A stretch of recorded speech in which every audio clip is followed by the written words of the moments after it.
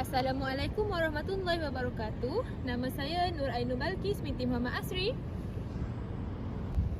Saya Nur Afrin Aisyah binti Nur Azman.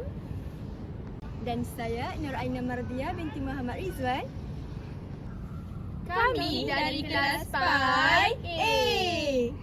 Jangan lupa saksikan video kami yang bertajuk menganalisis dalil-dalil nakli Al-Quran Dalam menerapkan akidah berdasarkan 3 metodologi.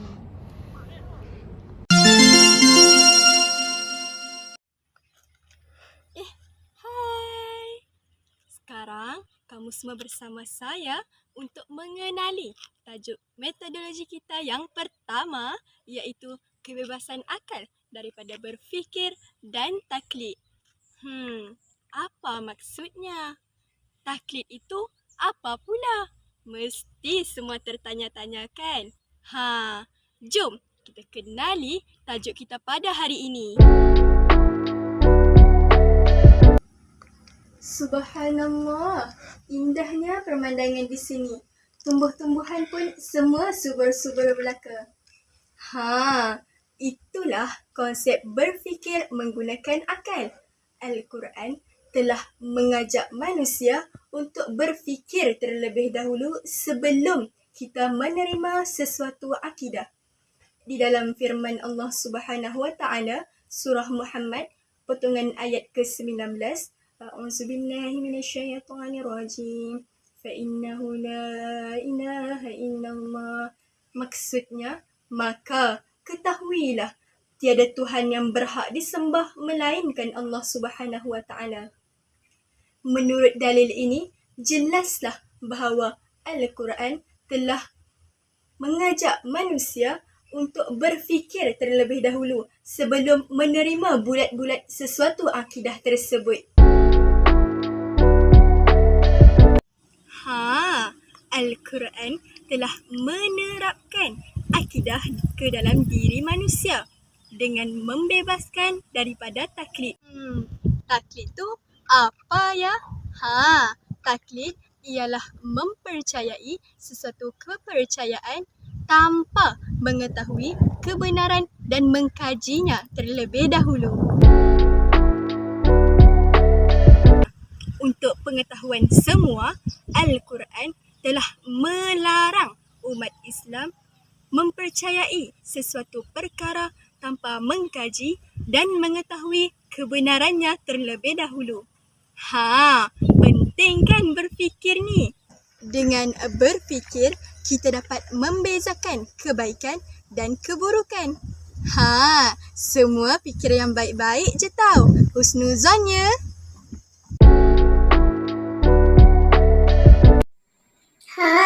Mari kita dengar dalil yang pertama. A'udzubillahi minasyaitonirrajim. Wa idza qila lahum ittabi'u ma anzalallah qalu bal nattabi'u ma wajadna 'alaihi aba'ana awalau kana asyaitanu yad'uhum ila 'adzabis sa'ir. Sadaqallahul azim. Maksudnya, dan apabila dikatakan kepada mereka, yakni yang ingkar, turutlah akan apa yang telah diturunkan oleh Allah Subhanahu Wa Taala, mereka menjawab, tidak, bahkan kami hanya menurut apa yang kami dapati datuk nenek kami melakukannya. Patutkah mereka menurut datuk neneknya sekalipun syaitan mengajak mereka itu, yakni melakukan perbuatan yang menjerumuskan mereka ke dalam azab api neraka yang marak menjulang. Berdasarkan dalil tadi, ayat itu diturunkan untuk mencela orang kafir yang hanya mengikut bulat-bulat ajaran nenek moyang mereka. Justru sudah terang lagi bersuduk bahawa ayat itu benar-benar melarang kita untuk bertaklid dengan sesuatu ajaran tanpa memeriksa ajaran tersebut terlebih dahulu. A'udzubillahi minasyaitonirrajim. Ya ayyuhalladzina amanu in ja'akum فاسق بنبأ فتبينوا أن تصيبوا قوما بجهالة فتصبحوا على ما فعلتم نادمين. صدق الله العظيم. Maksudnya, wahai orang-orang yang beriman, jika datang kepada kamu seorang fasik membawa sesuatu berita, maka selidiklah, yakni untuk menentukan kebenarannya supaya kamu tidak menimpakan sesuatu kaum dengan perkara yang tidak diingini dengan sebab kejahilan kamu mengenainya, sehingga menjadikan kamu menyesali apa yang kamu telah lakukan. Ayat ini pula menyuruh umat Islam untuk memeriksa dan mengkaji sesuatu berita terlebih dahulu. Hal ini demikian kerana orang fasik akan menyampaikan berita yang salah dan menyesatkan. Simpulannya, ayat ini menegaskan umat Islam untuk mengkaji dan memastikan kesahihan sesuatu berita, terutamanya apabila berita tersebut berkenai akidah dan pegangan kita. Mesti semua dah faham kan tentang metodologi yang pertama ni? Jom kita kenali metodologi yang seterusnya.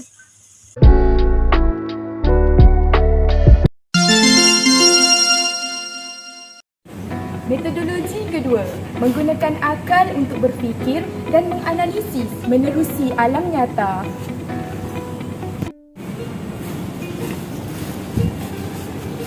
Hai Mardia, kau buat apa tu? Hai Afrin. Tak adalah. Aku tengah tengok gambar dekat padang semalam tu. Kau nak tahu tak? Cantik gila weh gambar ni. Lagi-lagi gambar langit tu. Weh, aku obses gila tengok gambar langit ni. Lagi-lagi pada waktu malam yang dihiasi dengan bintang-bintang. Iya weh, cantik gila ciptaan Allah ni. Kadang-kadang aku terfikir macam mana semua benda ni boleh terjadi. Dah sempurna, cantik dan menenangkan. Macam mana ya benda ni boleh terjadi? Mesti korang semua dah tengok video lakonan sebentar tadi kan? Adakah kamu semua faham apa yang hendak disampaikan? Faham tak? Apa? Tak faham? Biar Ustazah jelaskan. Berdasarkan video tadi, ia ingin menyampaikan bahawa setiap manusia itu diberikan oleh Allah akal untuk menggunakannya, terutamanya dalam berfikir serta menganalisis tentang hal yang berkaitan dengan alam nyata. Terdapat beberapa surah dan ayat Al-Quran yang menerangkan tentang hal yang berkaitan dengan keajaiban alam langit. Antaranya termasuklah pertama, surah Al-Hajj ayat 16 hingga 18. A'udzubillahi minasyaitonirrajim.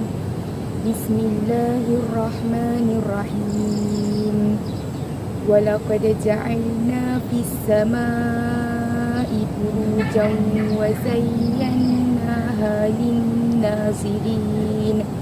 وحفظناها من كل شيطان رجيم إلا من استرق السمع فأتبعه شهاب مبين صدق الله العظيم. Ayat ini bermaksud, kami telah menjadikan di langit bintang-bintang yang berbagai bentuk dan keadaan, serta kami hiasi langit itu bagi orang-orang yang melihatnya. Dan kami pelihara urusan langit itu dari masuk campur tiap-tiap syaitan yang kena rejam, kecuali syaitan yang mencuri-curi berita yang dapat didengar dari malaikat, lalu dia dikejar oleh semburan api yang terang. Kedua, surah Yunus ayat 101.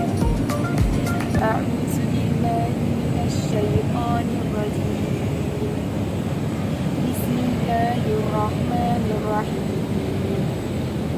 Qul inzuru madza fis samawati wal ardh wa ma tughni al-ayatu wan nuzuru an qaumin la yu'minun. Sadaqallahul azim. Maksud ayat ini berbunyi, katakanlah, perhatikanlah apa yang ada di langit dan di bumi. Tidaklah bermanfaat tanda-tanda kebesaran Allah dan Rasul-Rasul yang memberi peringatan bagi orang yang tidak beriman. 3. Surah Al-A'raf ayat 185. A'udzu billahi minasyaitonir rajim. Bismillahirrahmanirrahim. Awalam yanzuru fi malakutis samawati wal ardi wa ma khalaqallahu min syai' wa an 'asa an yakuna qad iqtaraba ajaluhum fa bi ayyi haditsin ba'dahu yu'minun. Shadaqallahul 'azim. Ayat ini bermaksud, patutkah mereka membutuhkan mata tidak mahu memperhatikan alam langit dan bumi dan segala yang diciptakan oleh Allah, dan kemungkinan telah dekatnya waktu kebinasaan mereka. Maka kepada perkataan yang mana lagi sesudah itu mereka mahu beriman. Berdasarkan dalil-dalil Al-Quran itu tadi menunjukkan bahawa Al-Quran ini sentiasa mengajak manusia untuk beriman kepada Allah, menerusi pemikiran dan kajian serta analisis hal yang berkaitan dengan alam sekitar atau sekeliling mereka. Hari ini kita dapat merangsang pemikiran manusia untuk berfikir dengan lebih bernas serta tidak terjumur dalam satu-satu perkara. Ini kerana segala hal yang berkaitan dengan berfikir dan kecerdasan seseorang manusia itu mampu untuk mengukuhkan iman berdasarkan pemerhatian akal. Seperti yang disebut dalam surah Al-Imran ayat 189 hingga 190. A'udzu billahi minasyaitonir rajim. Bismillahirrahmanirrahim. Walillahi mulkus samawati wal ardh wallahu ala kulli syai'in qadir. Inna fi khalqis samawati wal ardi wa ikhtilafil laili wan nahari la ayatin li ulil albab. Shadaqallahul azim. Maksud ayat ini adalah, dan bagi Allah jualah kuasa pemerintah langit dan bumi, dan Allah Maha Kuasa atas tiap-tiap sesuatu. Sesungguhnya pada kejadian langit dan bumi dan pada pertukaran malam dan siang ada tanda-tanda kekuasaan, kebijaksanaan dan kekuasaan rahmat Allah bagi orang-orang yang berakal. Kita berada di mana sekarang ini? Apa yang kita buat dekat sini ni? Mesti korang semua tertanya-tanyakan apa yang kita buat dekat sini. Sekarang ni kita berada di pantai.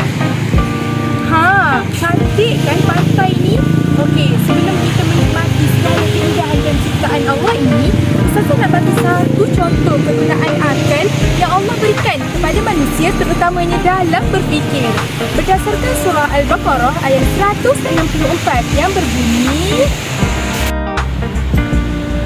A'udzu billahi minasyaitonir rajim. Bismillahirrahmanirrahim. Inna fi khalqis samawati wal ardi wa ikhtilafil laili wan nahar wal fulki allati tajri fil bahri bima yanfa'un nas wa ma anzalallahu minas samaa'i min ma'in fa ahya bihil arda ba'da mawtiha wa bassa fiha min kulli dabbatin wa tasrifir riyahi was sahabil musakhkhari bainas samaa'i wal ard was-sahabil musakhkhari bainas samaa'i wal ardi la ayatin liqaumin ya'qilun. Shadaqallahul azim. Ayat ini bermaksud, sesungguhnya pada kejadian langit dan bumi dan pada pertukaran malam dan siang dan pada kapal-kapal yang berlayar di laut dengan membawa benda-benda yang bermanfaat kepada manusia. Demikian juga pada air hujan yang Allah turunkan dari langit, lalu Allah hidupkan dengannya tumbuh-tumbuhan di bumi sesudah matinya. serta ia biakkan padanya dari berbagai-bagai jenis binatang. Demikian juga pada peredaran angin dan awan yang tunduk kepada kekuasaan Allah, terapung-apung di antara langit dengan bumi. Sesungguhnya pada semua itu ada tanda-tanda yang membuktikan keesaan Allah, kekuasaannya, kebijaksanaannya dan keluasan rahmatnya bagi kaum yang mahu menggunakan akal. Daripada surah Al-Baqarah itu tadi, dapatlah difahami bahawa setiap manusia itu tidak akan memahami akan kekuasaan Allah sekiranya ia tidak mengaitkan akan ciptaan serta apa yang berlaku di muka bumi ini dengan penciptanya. Daripada surah Al-Baqarah itu juga diceritakan tentang kejadian-kejadian alam yang lengkap bagi keselesaan hidup manusia di muka bumi ini. Selain daripada penderitaan kejadian-kejadian alam tersebut, disertakan juga dengan dalil-dalil akli atau kepaduan berfikir daripada rangkaian dan berdasarkan kebesaran Allah Subhanahu Wa Taala. Jelaslah di sini bahawa akal fikiran adalah satu alat yang dianugerahkan oleh Allah kepada hamba-Nya untuk menggunakannya serta dimanfaatkan dengan cara yang betul, seperti kebenaran yang tertulis dalam Al-Quran. Al-Quran Al-Karim juga memberi arahan kepada akal untuk memandang alam semesta ini dengan pandangan yang begitu sempurna, terutamanya dari segi ciptaan, arahan, susunan dan gerakannya. Arahan ini dibuat untuk membolehkan manusia mengungkapkan hukum masing-masing di samping membuktikan kebenaran yang ada di sebaliknya. Sebelum kita berakhir, Ustazah ingin memberi 5 peranan akal yang boleh dikenal pasti dalam surah Al-Baqarah ayat 164 ini. Yang pertama, akal mengarah manusia untuk berfikir dan menganalisis menerusi alam nyata. Yang kedua, mampu bermakrifat tentang Allah menerusi kejadian alam. Yang ketiga, akal yang berfikir mampu menegapi ilmu pengetahuan menerusi kejadian alam. Yang keempat, akal yang berfikir juga mampu mengukuhkan pegangan akidah dan keimanan terhadap Allah Subhanahu Wa Taala. Yang kelima, akal juga mampu mengenal pasti kewujudan pencipta dengan memerhati dan menganalisis sebab dan akibat bagi kejadian alam yang wujud. Itu sahaja daripada saya, Nur Afrin Aisyah, dan kita teruskan dengan metodologi ketiga. Banyak betulnya kepercayaan batil zaman sekarang ni.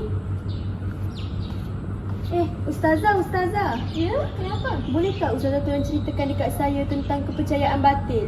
Awak tengok mana ni? Tak, saya terjumpa dalam telefon tadi. Oh, tak apa, bertenang. Mari saya ceritakan kepada awak semua tentang kepercayaan batil. Mari saksikan. Metodologi ketiga, mendedahkan kepercayaan yang batil dan mengisbatkan kebenarannya. Sebelum kita masuk kepada tajuk akidah yang batil, elok untuk kita mengetahui maksud akidah yang benar. Akidah itu ialah tali. Tali itu ialah tali yang mengikat kebenaran di dalam hati kita yang kita yakini dan hanya bersumber daripada Al-Quran dan sunnah Rasulullah sallallahu alaihi wasallam sahaja. Para ulama mendefinisikan akidah dengan al-aqidah bermakna al-i'tiqad fahiya at-tasdiq wal jazam duna syak. Akidah itu ialah meyakini, yakni kita membenarkan dan menetapkan tanpa ragu suatu keimanan. Manakala maksud iman pula ialah i'tiqad bil qalbi wa iqrar bil lisani wal amal bil jawarih. Maksudnya meyakini dalam hati, mengucapkan dengan lisan dan merealisasikan dengan amal perbuatan. Dari pernyataan tersebut, kita dapat simpulkan bahawa akidah dan iman saling berkait rapat antara satu sama lain. Jadi sebagai umat Islam, seharusnya kita meyakini tentang hukum-hukum Allah dengan melakukan perbuatan yang baik, menjurus kepada keyakinan kepada Allah dengan mengamalkan amal-amal soleh dan menjauhi perkara-perkara yang dimurkai Allah. Baiklah, pada hari ini saya akan menerangkan pula tentang akidah yang batil serta dalil-dalil yang mendukung pernyataan tersebut. Disebabkan iman dan kepercayaan tentang hukum-hukum Allah yang kurang kukuh, inilah disebabkan munculnya akidah yang batil. Untuk pengetahuan semua, akidah yang batil ialah kepercayaan yang bercanggah dengan nas-nas syariah dari Al-Quran dan As-Sunnah. Ini bermaksud kepercayaan tersebut tersasar dan tidak ada dalam Al-Quran yang menjadi panduan hidup umat manusia. Contoh ringkas akidah yang batil ialah seorang manusia yang mendakwa dirinya sebagai Tuhan seperti Arifin bin Muhammad yang mendapat gelaran Ayah Pin. Kita dapat lihat dengan jelas bahawa ini adalah akidah yang batil kerana ia telah tersimpang jauh dari akidah yang benar, iaitu Allah dan Tuhan sebagai Tuhan seluruh alam. Ayah Pin telah dimasukkan ke dalam penjara. Dari sini jelaslah bahawa akidah yang batil seharusnya ditegah. Seterusnya, saya akan memberikan contoh-contoh kepercayaan yang batil dan dalil-dalil untuk mengisbatkan kebatilannya sebagai penyokong kepada dalil-dalil tersebut. Contoh yang pertama adalah orang-orang kafir yang beriman dengan sebahagian Rasul sahaja, sedangkan kita wajib beriman dengan semua Rasul. Billahi minasyaitanirrajim. Innal ladzina yakfuruna billahi wa rusulihi wa yuriduna an yufarriqu bainallahi wa rusulihi wa yaquluna nu'minu bi ba'din wa nakfuru bi ba'din wa yuriduna an yattakhizu baina zalika sabila. Sesungguhnya orang-orang yang kufur itu ingkar kepada Allah dan Rasul-Rasulnya, dan orang-orang yang hendak membeza-bezakan iman mereka di antara Allah dan Rasul-Rasulnya, dan orang-orang yang berkata, kami beriman kepada setengah Rasul-Rasul itu dan ingkar kepada setengah Rasul yang lain, bertujuan hendak mengambil jalan lain antara iman dan kufur. Surah An-Nisa, juzuk 4, ayat 150. Contoh yang kedua ialah dalil yang menyatakan kebatilan orang-orang yang kafir yang mengatakan bahawa Allah mempunyai anak sedangkan Allah tidak mempunyai anak dan tidak diperanakkan. A'udzubillahi minasyaitonirrajim. Wa qalu ittakhazal rahmanu walada. Maksudnya, dan mereka yang kafir berkata, Allah Ar-Rahman mempunyai anak. Surah Maryam, juzuk 19, ayat 88. Contoh yang ketiga pula ialah dalil yang menyatakan orang Yahudi dan Nasrani mengatakan bahawa mereka akan masuk ke dalam syurga sedangkan agama mereka ialah agama yang batil. A'udzubillahi minasyaitonirrajim. Wa qalu lan yadkhulal jannata illa man kana hudan aw nasara. Tilka amaniyuhum qul hatu burhanakum in kuntum shadiqin. Maksudnya, orang Yahudi dan Nasrani masing-masing mendakwa bahawa tidak ada yang akan masuk syurga kecuali orang-orang yang beragama mereka sendiri. Ini adalah keinginan mereka. Jawab wahai Nabi, tunjukkan padaku buktimu jika apa yang kamu katakan itu benar. Surah Al-Baqarah, juzuk 2, ayat 11. Jadi, jelaslah di sini bahawa akidah yang batil itu wujud dan terdapat dalil untuk menyokong pernyataan ini. Jadi, kita seharusnya menjauhi akidah yang batil kerana perkara itu adalah perkara yang ditegah sama sekali di dalam agama kita, iaitu agama Islam.